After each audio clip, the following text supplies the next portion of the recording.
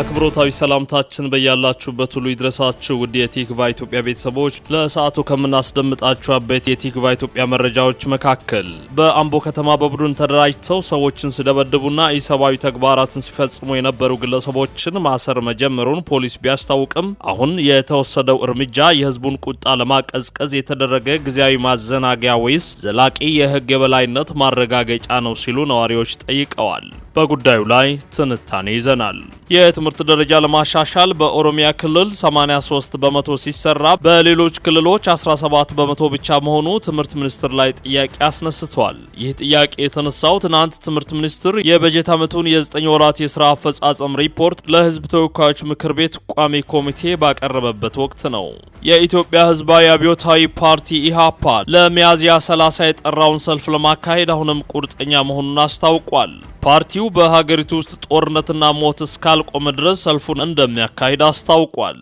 ውድ የቲክቫ ኢትዮጵያ ቤተሰቦች እነዚህን አበይት ጉዳዮች እናስደምጣችኋለን። የቲክቫ ኢትዮጵያን ይፋዊ የዩቲዩብ ቻናል ሰብስክራይብ በማድረግ ቤተሰብ ይሁኑ። ወደ ዝርዝር መረጃዎች እናልፋለን። በአምቦ ከተማ በቡድን ተደራጅተው ሰዎችን ሲደበድቡና ኢሰብአዊ ተግባራትን ሲፈጽሙ የነበሩ ግለሰቦችን ማሰር መጀመሩን የከተማው ፖሊስ ቢገልጽም አሁን የተጀመረው እርምጃ የህዝቡን ቁጣ ለማቀዝቀዝ የተደረገ ጊዜያዊ ማዘናጊያ ወይስ የዘላቂ የህግ የበላይነት ማረጋገጫ ነው ሲሉ ነዋሪዎች ጠይቀዋል። ከሰሞኑ በአምቦ ከተማ ነዋሪ በሆኑ የማህበራዊ ሚዲያ ተጠቃሚዎች ይፋ የተደረጉ ቪዲዮዎች የብዙሃንን ትኩረት የሳቡና ያስደነገጡ እንዲሁም የበርካቶች መነጋገሪያ ሆነው ሰንብተዋል። በቪዲዮዎቹ ላይ ማንነታቸው በግልጽ የሚታይ ጎረምሶች በቡድን በመሆን ግለሰቦችን በጠራራ ፀሐይ ሲደበድቡ፣ ሲያሰቃዩና ሲያዋርዱ ይታያሉ። ይህ ድርጊት በአምቦ ነዋሪዎች ዘንድ የታመቀ ቁጣን ቀስቅሷል። የከተማ አስተዳደሩ ቪዲዮዎች ላይ የሚታየውን ካሳዬ ቀነኒሳ የተባለ ግለሰብን ጨምሮ ግብረ አበሮቹን በቁጥጥር ስር ማዋሉን አሳውቋል። ቲክቫ ኢትዮጵያም ቪዲዮቹ ማህበራዊ ሚዲያ ላይ መንሸራሸር ከጀመሩ ጊዜ አንስቶ ከአምቦ ነዋሪዎች ቃል ሲቀበል እንዲሁም ስለ ከተማው አጠቃላይ ሁኔታ መረጃ ሲሰበስብ ነበር። አብዛኞቹ ቃላቸውን ለቲክቫ ኢትዮጵያ የሰጡ የአምቦ ነዋሪዎች ስማቸው እንዲነሳባቸው አልፈለጉም። ምክንያቱን ለምን ስንላቸው ደግሞ እነዚህ ሰዎች ብቻቸውን ይህንን ሁሉ ያደርጋሉ ብለን አናስብም፣ ከጀርባቸው አሁንም ሰዎች አሉ፣ ለደህንነታችን እንሰጋለን ሲሉ መልሰዋል። በዚህ መሰረት ቲክቫ ኢትዮጵያ በዚህ ዘገባም ስማቸውን አልጠቀሰም። ነዋሪዎች እንደሚገልጹት ከሆነ እነዚህ ግለሰቦች በተራ የውንብድና ተግባር የተሰማሩ ሳይሆኑም በቡድን የተደራጁ የከተማ ማፊያ የሚባሉ ናቸው ተብለዋል። አንድ የከተማ ነዋሪ ስለ ሁኔታው እንዲህ ያብራራሉ። እነዚህ ሰዎች በቡድን የሚንቀሳቀሱት በከተማ ውስጥ የማይነኩ ከህግ በላይ የሆኑ ናቸው። በጠራራ ፀሐይ ሰውን ይደበድባሉ፣ ያስፈራራሉ፣ ይቀማሉ።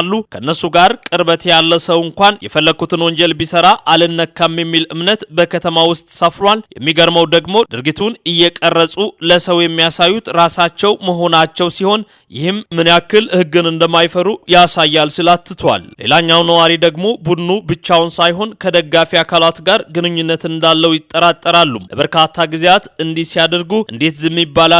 ቪዲዮ ወጥቶ ህዝብ ሲጮ ብቻ ያዝን ማለት ምን ማለት ነው? እስከዛሬ የት ነበሩ? ሰው ሲደበደብ አጠገቡ ፖሊስና የመንግስት መዋቅር አልነበረም? ይህ በተለያዩ መዋቅሮች ውስጥ ያሉ የመንግስት ሰዎች በቁጥጥር ስር እንዳይውሉ ይደግፏቸዋል የሚለውን ጥርጣሬ ያጠናክረዋል። በአንዳንድ ይፋዊ ፕሮግራሞች ላይ ጭምር ሲገኙ የሚታዩ ሰዎች ናቸው። በተለይም ካሳዬ ተብየው ቪዲዮ ባይወጣስ ምንም ላይደረጉ ነበር ወይ የሚሉ ጥያቄዎችን አንስተዋል። በተለያዩ ጊዜያት በእነዚህ ሰዎች ጥቃት ደርሶብናል ያሉ ቤተሰቦቻቸው የተሰቃዩባቸው እንዲሁም ጉዳዩን በቅርበት የሚያውቁ ነዋሪዎች ደግሞ የሚከተለውን ቃል ሰጥተዋል። እነዚህ ሰዎች ነዋሪዎችን ያውም ደግሞ ድሃን የሚደበድቡት ገንዘብ ለማግኘት አይደለም፣ ህዝቡን ለማንበርከክና ለማሳነስ ጭምር ነው። በቪዲዮ ያያችሁት የጥቂት ቀናት ድርጊት ነው። እኛ ግን ለወራት ለአመታት እንደ እባብ የተቀጠቀጥን አቤት የምንልበት አተን ቆይተናል። ስንት እናት አንብታለች፣ ስንት ወጣት እነሱን ፍራቻ ተሳቋል። አሁን ቪዲዮ ወጥቶ የኢትዮጵያ ህዝብ ሲያውቀው ነው መንግስት ነቃው የሚለው ወይ? ወንጀል የሚሰራ ሰው ይደበቃል። እነዚህ ሰዎች ግን በጠራራ ፀሐይ ሰውን አጋድመው እየደበደቡ ራሳቸው ይቀርጻሉ። ይህ የሚያሳየው ጥበቃ እንደሚደረግላቸው እርግጠኛ መሆናቸውን ነው። አሁን ላይ ያዝናቸው መባሉ ብቻ በቂ አይደለም። እነዚህ ግለሰቦች ከማን ጋር እንደሚተባበሩና የትኛው አካል ከጀርባ ሆኖ ጥበቃ እንደሚያደርግላቸው በዝርዝር ተጣርቶ ለህዝብ ይፋ መደረግ አለበት ሲሉ አክለዋል። ፍትህ ለጊዜያዊ ማስታገሻ መሆን የለበትም። 4 እና 5 ሰዎችን በመያዝ ብቻ ፍትህ ሰፍኗል ብሎ ማሰብ ስህተት ነው። በከተማዋ የተዘረጋው የጥቅም ትስስርና የወንጀለኞች መዋቅር ካልፈረሰ ነገ ላይ ሌሎች ተተኪዎች መነሳታቸው አይቀር ነው ሲሉም አክለዋል። ቃላቸውን ለቲክቫ ኢትዮጵያ የሰጡ ነዋሪዎች ጉዳዩ ትኩረት ያገኘው ከረፈደ መሆኑ አሳዝነዋቸዋል። የመንግስት አካላትንም ታዝበዋል። ቪዲዮ ባይቀረጽና ባይወጣ ኖሮ እስከመቼ በእነዚህ ጎረምሶች ዱላ ስንደበደብ እንቆይ ነበር ሲሉም ጠይቀዋል። ከተማ አስተዳደሩ ምንድነው የሚለው? ቲክቫ ኢትዮጵያ ከጉዳዩ ጋር በተያያዘም የከተማ አስተዳደሩን ምላሽ ተመልክቷል። የአምቦ ከተማ አስተዳደር በግለሰቦች የሚፈጸም ወንጀል መንግስትን አይወክልም ብሏል። በዜጎች ላይ የድብደባ ወንጀል ፈጽመዋል ተብለው የተጠረጠሩና ጥቆማ የቀረበባቸውን 4 ግለሰቦች ከቀናት በፊት በቁጥጥር ስር ማዋላቸውንም አመላክቷል። በተጨማሪም ሲፈለግ የነበረውና ከአካባቢው ተሰውሮ የቆየው ካሳዬ ቀነኒሳ የተባለው ግለሰብ በጸጥታ አካላት በተደረገ ክትትል በቁጥጥር ስር ማዋሉን አስታውቋል። ሌሎችንም ተባባሪ ተጠርጣሪዎችን ወደ ሕግ ፊት ለማቅረብ ክትትሉ መቀጠሉንም ገልጿል። ባለፉት ወራት በግለሰቦች መካከል በተፈጠረ ግጭት የተቀረጹ ቪዲዮዎች በማህበራዊ ሚዲያ መሰራጨታቸውን የጠቀሰው አስተዳደሩ ድርጊቱ በግለሰቦች መካከል የተፈጠረ እንጂ ከመንግስት ጋር የሚያገናኘው ምንም አይነት ጉዳይ እንደሌለ አብራርቷል። ይህን ድርጊት የመንግስት አመራሮች እጅ እንዳለበት አድርጎ በማቅረብ የሚሰራጨውን መረጃም የመንግስትን መዋቅር ከውስጥ ለማፍረስና ህዝብን ከመንግስት ጋር ለማጋጨት የሚደረግ የስም ማጥፋት ዘመቻ ነው ሲል ገልጾታል። አምቦ በለውጥ ዓመታት ውስጥ አስተማማኝ ሰላም የሰፈነባት ከተማ ብትሆንም አንዳንድ አካላት መንግስት እንደ ቢሾፍቱ፣ እንደ አዳማ፣ እንደ ሸገር፣ እንደ ነቀምቴ ያሉ ከተሞችን እያለማ የአምቦን ከተማ ልማት ከልክሏል በማለት ህዝቡን ለማደናበር በተደጋጋሚ ጥረት ባያደርጉም ሳይሳካላቸው ቀርቷል። አሁን ደግሞ የግለሰቦችን ጠብ የመንግስት አመራሮች እንዳሉበት አድርጎ መጥተዋል ስልም ከተማ አስተዳደሩ በስም ያልጠቀሳቸውን አካላት ወቅሷል። ማንኛውም ሰው ወንጀል ፈጽሞ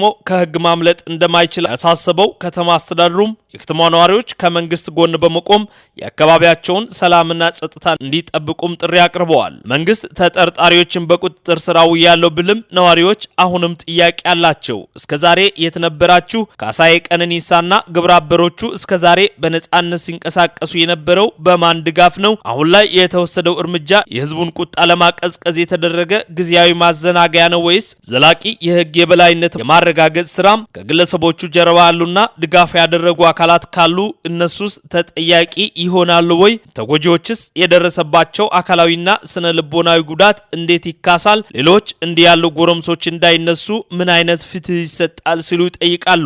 እኛ የምንፈልገው ተያዙ የሚለውን የዜና ዘመቻ ሳይሆን ፍትህ በአደባባይ እንዲሰፍን ነው ሲሉም ጠይቀዋል። ቲክቫ ኢትዮጵያም ከጉዳዩ ጋር ተያይዞ ተጨማሪ መረጃዎችን እየተከታተለ የሚያቀርብ ይሆናል። የትምህርት ደረጃ ለማሻሻል በኦሮሚያ ክልል 83 በመቶ ሲሰራ በሌሎች ክልሎች 17 በመቶ ብቻ መሆኑ በትምህርት ሚኒስቴር ላይ ጥያቄ አስነስቷል።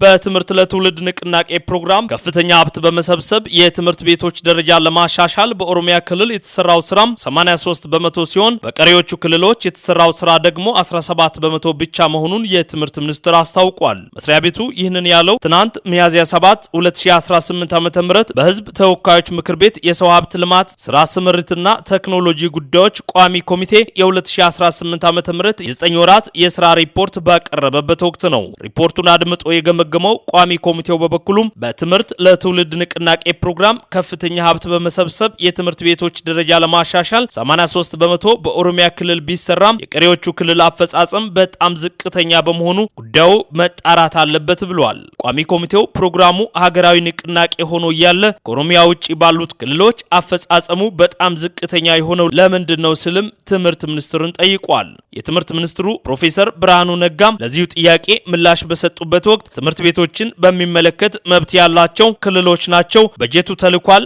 አፈጻጸም ላይ ምን አደረጋችሁ የማለት መብት የለንም ስሉ መልሰዋል። በተለይ ከንቅናቄው ጋር በተያያዘም በክልሎች መካከል ያለው አስተዋጽኦ የተለያየ መሆኑን ያነሱት ሚኒስትሩም ኦሮሚያ ክልል 83 በመቶ አፈጻጸም መታየቱ እዛ አካባቢ ያለውን ተነሳሽነት የሚያሳይ ነው ብለዋል። ትኩረታቸው ተማሪ ላይ እንጂ ክልል ላይ እንዳልሆነ አስረድተው እያንዳንዱ ኢትዮጵያዊ ተማሪ ከሌላው ኢትዮጵያዊ ጋር እኩል ተመጣጣኝ የሆነ ትምህርት ማግኘት አለበት አለበት የሚል እምነት አለንም ሲሉ አክለዋል። ኢህአፓ ለሚያዝያ 30 የጠራውን ሰልፍ ለማካሄድ አሁንም ቁርጠኛ መሆኑን ገለጸም። የኢትዮጵያ ህዝባዊ አብዮታዊ ፓርቲ ኢህአፓም ሚያዝያ 30 ሊያካሄድ ላቀደው ሰላማዊ የተቃውሞ ሰልፍ ዝግጅት እያደረገ መሆኑን በመግለጽ በሀገሪቱ ውስጥ ጦርነትና ሞት እስካልቆመ ድረስ ሰልፉን እንደሚያካሂድ አስታውቋል። ኢህአፓ ይህንን ያለው በትናንትናው ዕለት በበይነ መረብ በሰጠው ጋዜጣዊ መግለጫ ሲሆን ከትብብሩ ጋር ያለው ግንኙነትም አሁንም እንደጠበቀ መሆኑን ገልጿል።